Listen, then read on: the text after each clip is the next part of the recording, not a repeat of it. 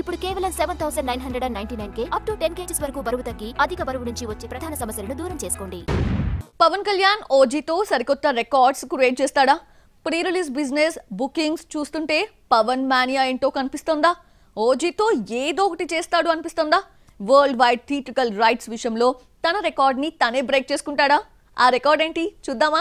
OG 25న వస్తుందన్న పేరే కానీ 24నే ప్రీమియర్స్ పడ్డంతో ఒకరోజు ముందే సినిమా రిజల్ట్ ఏమిటో తెలిసిపోతుంది. భీమ్లా నాయక్ తర్వాత వచ్చిన బ్రో, వీరమల్లుకు హైప్ తక్కువే అయినా ఓజీపై ముందు నుంచి భారీ అంచనాలున్నాయి. దీనికి తగ్గట్టే ప్రీ రిలీజ్ బిజినెస్ జరుపుకుంది. పవన్ కళ్యాణ్ కెరీర్ లో హైయెస్ట్ ప్రీ రిలీజ్ బిజినెస్ జరుపుకుంది. ఫస్ట్ టైం ఓజీతో 150 కోట్ల మార్కు దాటాడు. వరల్డ్ వైడ్ థియేట్రికల్ రైట్స్ 172 కోట్లకు అమ్మడైంది. లాస్ట్ మూవీ హరిహర వీరమల్లు 126 కోట్లకు బిజినెస్ జరిగితే 46 కోట్లు ఎక్కువ.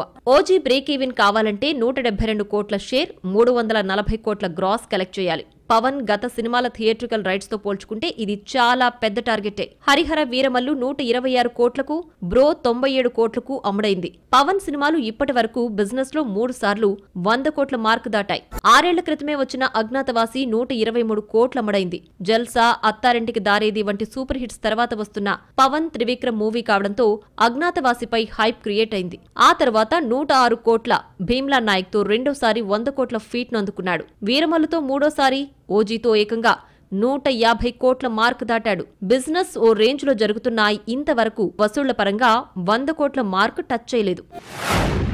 ఎప్పుడూ లేనిది ఓజీతో పవన్ కళ్యాణ్ సినిమా బిజినెస్ 150 కోట్ల మార్కు దాటి 172 కోట్లకు చేరింది. చూడ్డానికి పెద్ద నెంబర్లా అనిపిస్తున్నా ప్రీ బుకింగ్ సేల్స్ చూస్తుంటే మాత్రం 10 రోజుల్లో పెట్టుబడి వచ్చేస్తుందట. పవన్ సినిమాకి పాజిటివ్ టాక్ వస్తే బాక్సాఫీస్ దూకుడు మామూలుగా ఉండదు.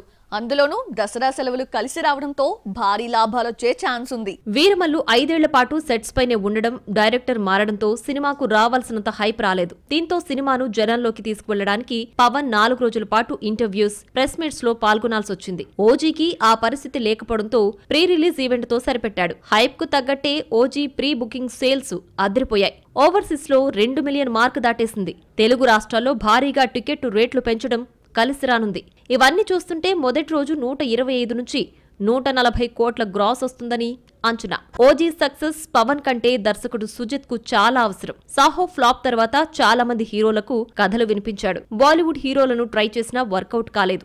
ఊహించిన విధంగా పవన్ కళ్యాణ్ తో ఓజీ తీసే ఛాన్స్ వచ్చింది. డెబ్యూ మూవీ రన్ రాజా రన్ తో ఓకే అనిపించుకుని ఎవ్వరూ ఊహించిన విధంగా పాన్ ఇండియా హీరో ప్రభాస్ ను డైరెక్ట్ చేశాడు. ఓజీతో మంచి దర్శకుడిగా నిరూపించుకుంటే మరో స్టార్ ను డైరెక్ట్ చేసే ఛాన్స్ ఈజీగా వస్తుంది.